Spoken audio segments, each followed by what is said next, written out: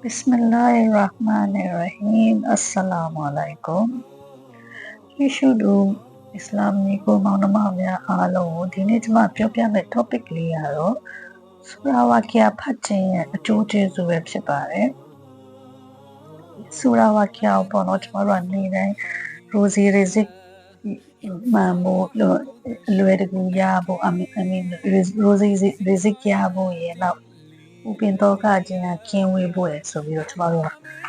အဲ့ဒီအတွက်နဲ့ဆိုရတဲ့ဝါကျအောင်ဖတ်ကြတာပေါ့နော်ဒီ Hazrat Usman Ghani ခေတ်ကပေါ့နော် Hazrat Abdullah ibn Masud ဆိုတာရှိတယ် Hazrat Abdullah ibn Masud ကဘယ်သူလဲဆိုတော့တမန်တော်မြတ်ကြီး sallallahu alaihi wasallam ခေတ်က Quran translate expert Quran translator ပေါ့နော် Quran ဘာကျမ်းစာကိုဘာသာပြန်ခဲ့ရလို့ဖြစ်တာပထမဆုံးနောက်ပြီးတော့ပထမဆုံး public မှာ Quran ဖတ်ပြတဲ့လူပဲဖြစ်တယ်တမန်တော်မြတ်ကြီး sallallahu alaihi wasallam ရဲ့ဆဟာဘာတယောက်ဖြစ်တယ်သူကလည်းQuran ကိုဘာသာမြင့်မြတ်သော Quran ဘာသာပြန်တယောက်ဖြစ်တယ်ဆိုတော့သူကနေမကောင်းဖြစ်တဲ့အချိန်မှာအဲ့ဒီအချိန်မှာ Hazrat Usman ကသူ့ကိုလူမမေးဖို့သူအိမ်သွားတယ်နောက်ဆုံးအချိန်ဖြစ်နေတာပေါ့နော်အဲ့ဒီအချိန်သွားတဲ့အချိန်မှာလူမမာမေးပြီးပြန်မဲ့အချိန်မှာ Hazrat Usman က Hazrat Ibn Abdullah Ibn Masud ကိုရွှေဘိုးကွိုင်ရွှေတင်းကားတွေနဲ့ပြည့်နေတဲ့အိတ်နဲ့အိတ်ပေးတယ်တဲ့အဲ့ဒီမှာ Hazrat Abdullah မေးတယ်ဒါပါလေဆိုတော့ Hazrat Usman ကပြောတယ်ဒါအတင်းရဲ့လူအဲ့ရင်သုံးဖို့ဆိုပြီးပြောလိုက်တယ်အဲ့ဒီအချိန်မှာ Hazrat Abdullah ကငါကတော့သွားတော့မယ်လို့ငါမှဘာလို့လိုအပ်ချက်ရှိတော့လို့လဲလို့မေးတယ်ဘာမှလိုအပ်ချက်မရှိတော့ဘူးပေါ့နော်ငါအတွက်ငါကဒါလက်စီသွားတော့မှဆိုတော့သိနေHazrat Usman ကပြောတယ်တင်ပါတဲ့တမီးလေးကလေးရှိရဲ့တဲ့ဘောကတားမရှိဘူးပေါ့နော်တားယောက်ျားလေးတယောက်မှမရှိဘူးသမီးမိန်းကလေးတွေပဲရှိတဲ့အတွက်သမီးတွေရဲ့နောင်ရေးမှာအသုံးဝင်တယ်ယူထားလိုက်ပါလို့ပြောတယ်ဒီချိန်မှာ Hazrat Abdullah ကပြောလဲဆိုဒီရွှေတင်းကားတွေကတဲ့သူများတွေလိုအပ်နေတဲ့လူတွေပေးလိုက်ပါတဲ့ကျွန်တော်သမီးတွေအတွက်ဒါတွေလိုအပ်မှာမဟုတ်ဘူးတဲ့ဘာဖြစ်လို့လဲဆိုတော့ကျွန်တော်သမီးတွေကညကိုဆိုတာဝါကီယာနေတိုင်းဖတ်ပြီးတော့အိတ်တယ်တဲ့အိမ်ရမဝင်ခင်နေတိုင်းဖတ်တယ်မဖတ်မချင်းအိတ်မအိတ်ဘူးဆိုတဲ့ပုံစံပေါ့နော်နေတိုင်းတရားမဝင်ခင်ဆိုတာဝါကီယာကိုဖတ်တဲ့အတွက်ကြောင့်ဖြစ်တယ်တဲ့ကျွန်တော်တို့ရဲ့တမန်တော်မြတ်ကြီးဆလလောလဟ်အလိုင်ဝါဆလမ်ကပြောတာကိုကျွန်တော်နဲ့နားနဲ့ဆက်ဆက်ကြားခဲ့တယ်ပေါ့ဆူရာဝါကီယာကပူပင်တော့ကကိုကင်းဝေးစေတယ်ကျွန်တော်သမီးတွေကတဲ့သူဆူရာကိုနေ့စဉ်ဖတ်တဲ့အတွက်ကြောင့်မလို့ဒီကျွန်တော်သူသမီးတွေရဲ့နောင်ရွေးကိုကျွန်တော်ပူပင်စရာမလိုဘူးလို့ပြောလိုက်တယ်ကျွန်တော်သမီးတွေကို risk ဘယ်ကရမလဲဆိုတော့ကျွန်တော်ပူပင်စရာမလိုသူတို့စီမှာပါရှိလေဆူရာဝါကီယာရှိတဲ့အတွက်ကြောင့်ဖြစ်တဲ့ဘောဆူရာယာဆီယန်ဝါကီယာနေ့တိုင်းဖတ်တဲ့အတွက်ကြောင့်ဖြစ်တယ်လို့ပြောလိုက်ဒီရွှေတင်းကားတွေကိုပြန်ယူသွားလိုက်ပါဆူရာဝါကီယာမဖတ်တဲ့လူတွေကိုတွားပေးလိုက်ပါဆိုပြီးတော့ပြောပြီးတော့ပေးလိုက်တယ်ဆိုတော့ကျမတို့ကဒီထဲမှာ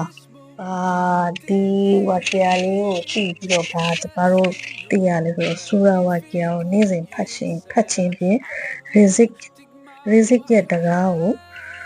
ပွင့်စေတယ်ပေါ့နော်အဲဒီဆူရာဝါကီယာကိုနေ့စဉ်နေ့တိုင်းဖတ်တဲ့အကျင့်လုပ်ကြပါဆိုရင်ကျွန်မ share လုပ်ချင်ပါတယ်နော်နောက်တစ်ခုကနောက်ဖြစ်ရလေးတစ်ခုကတော့ဗာလဲဆို Hazrat Sahal bin Sa'ad al-Sa'adi ဆိုတာradiyallahu anha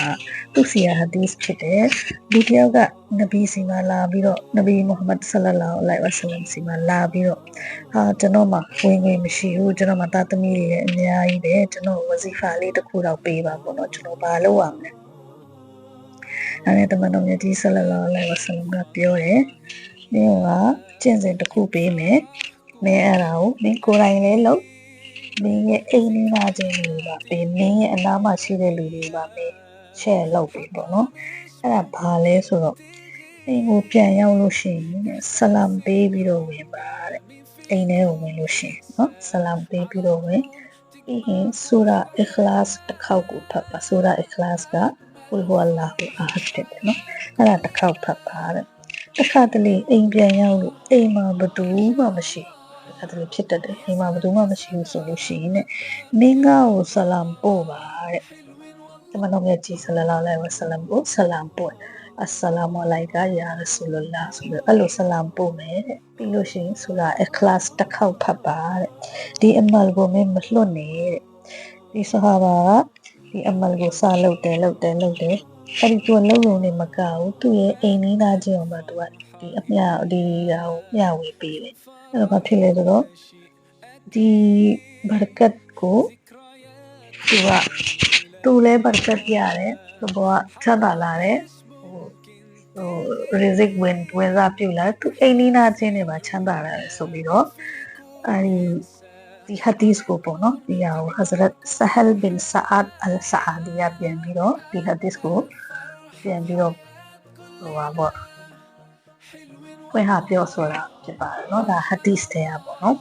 အဲ့ဒီအတွက်ကြောင့်မလို့ကျမတို့ကအပြင်ပြန်လာရင်အိမ်ထဲကိုဝင်လို့ရှိရင်ဆလမ်ပေးပြီးဝင်ပြီးတော့ဆိုတာ glass တစ်ခေါက်ဖတ်လို့ရှိရင်ပေါ့နော်အိမ်မှာဘရကတ်ဖြစ်တယ်ပေါ့နော်